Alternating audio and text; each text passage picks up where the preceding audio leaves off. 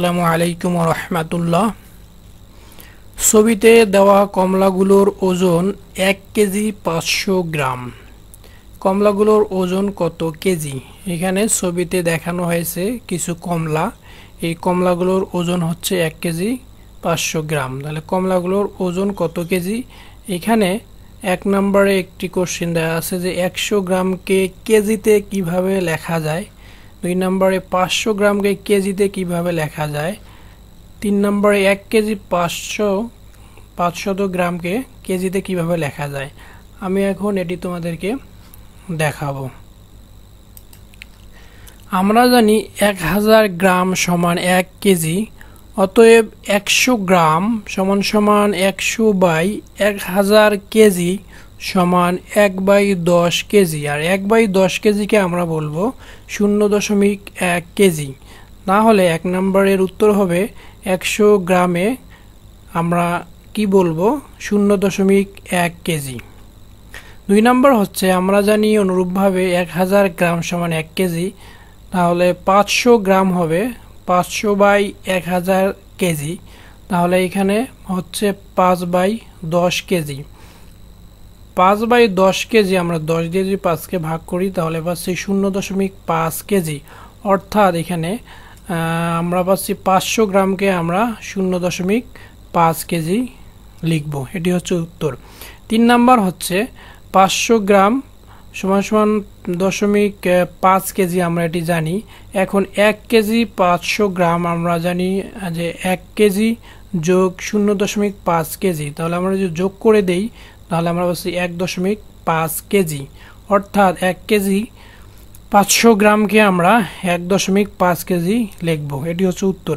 এবং জেনারেলি আমি একটা কথা বলি, আমরা জানি যে সাধারণত 1000 গ্রামে 1 কেজি, যেহেতু এখানে 100 গ্রাম রয়েছে সুতরাং আমরা এটিকে 0.1 কেজি লিখতে পারি, 200 গ্রামকে 0.2 কেজি লিখতে পারি, 300 গ্রামকে 0.3 কেজি লিখতে পারি, 400 গ্রামকে 0.4 কেজি লিখতে পারি। তাহলে আমরা এখানে 500 গ্রামকে 0.5 কেজি লিখতে আমরা ডিরেক্টলি এভাবেও লিখতে পারি। তাহলে এখানে 1 কেজি 500 গ্রাম, তাহলে 1 কেজি 1.5 কেজি। অনুরূপভাবে যদি 2 কেজি 500 গ্রাম হয় তাহলে 2.5 কেজি আমরা ডিরেক্ট লিখতে পারি। এখন আমরা শিখব দশমিক ভগ্নাংশের আকার। এখানে তোমরা একটি সংখ্যা রেখা দেখতে পাচ্ছ। এখানে বলা হয়েছে 1 নম্বরে যে সংখ্যা রেখার ক, খ, গ এবং ঘ এর জন্য কোন সংখ্যা নির্দেশ করেছে। 2 নম্বরে নিচের সংখ্যাগুলোকে উপরের সংখ্যা রেখায় প্রকাশ করি। 3 নম্বরে 0.5, 1.8 এবং 3.3 কতটি 0.1 নিয়ে গঠিত এখানে সংখ্যা রেখা দেখানো হয়েছে। তাহলে আমরা এখানে দেখতে পাচ্ছি যে এক ঘর পরে ক, দেন হচ্ছে এখানে খ, তারপর এখানে গ, তারপর এখানে ঘ। এখন আমরা শিখব যে ক বলতে আমরা এখানে কি বুঝবো, খ বলতে আমরা এখানে কি বুঝবো, গ বলতে আমরা কি নির্দেশ করেছে এবং ঘ এখানে কি নির্দেশ করেছে। এবং ধারাবাহিকভাবে আমরা 2, 3 নাম্বার এখান থেকে আমরা শিখব। তাহলে সংখ্যা রেখা অনুযায়ী আমরা এখানে 1 নাম্বার এখন করব। তাহলে সংখ্যা রেখা অনুযায়ী এখানে আমরা দেখব যে ক পূর্ণ সংখ্যার 0 এর ক্ষুদ্রতম 1 দাগ ডানে অবস্থিত, সুতরাং ক দ্বারা 0.1 সংখ্যাকে নির্দেশ করে। আবার খ পূর্ণ সংখ্যার 1 এর ক্ষুদ্রতম 7 দাগ ডানে অবস্থিত, সুতরাং খ দ্বারা 1.7 সংখ্যা নির্দেশ করে। এবং আমরা সংখ্যা রেখায় দেখতে পাচ্ছি যে গ পূর্ণ সংখ্যার 2 এর ক্ষুদ্রতম 2 দাগ ডানে অবস্থিত, সুতরাং গ দ্বারা 2.2 সংখ্যা নির্দেশ করে।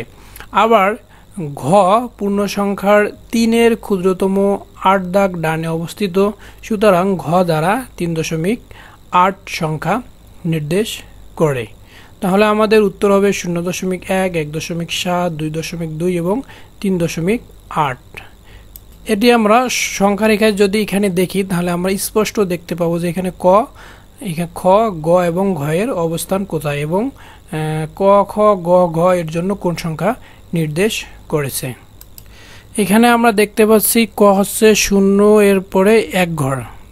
তাহলে আমরা কি বুঝলাম? তাহলে ক এর অবস্থান হচ্ছে 0.1 এবং আমরা এখানে দেখতে পাচ্ছি খ হচ্ছে এখানে হচ্ছে 1।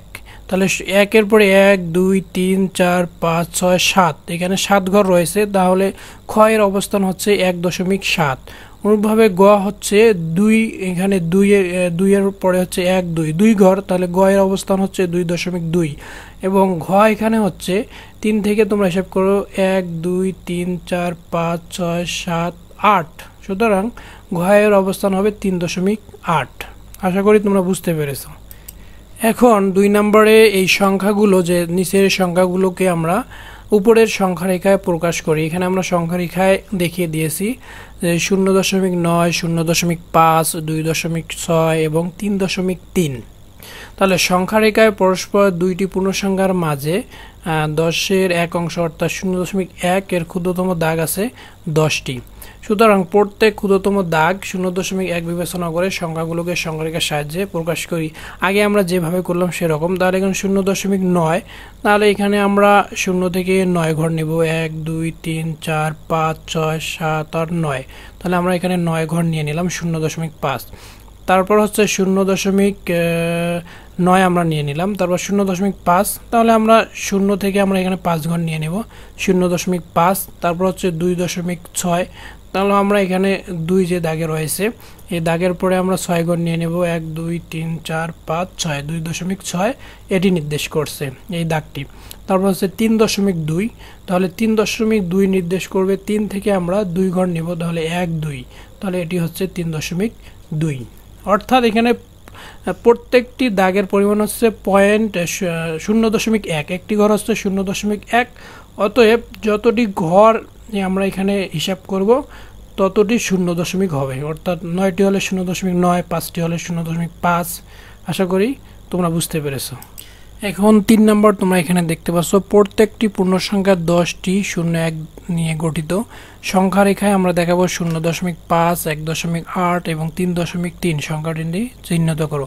এটিও একেবারে সহজ, আগে আমরা যেভাবে করেছিলাম সেভাবেই। এখানে আমরা 0.5, তাহলে আমরা এখানে 0 এর পরে 5টি ঘর নিব, তাহলে 0.5 সংখ্যাটি 0 থেকে ক্ষুদ্রতম 5 দাগ ডানে অবস্থিত, অর্থাৎ 0 থেকে ডান দিকে অবস্থিত।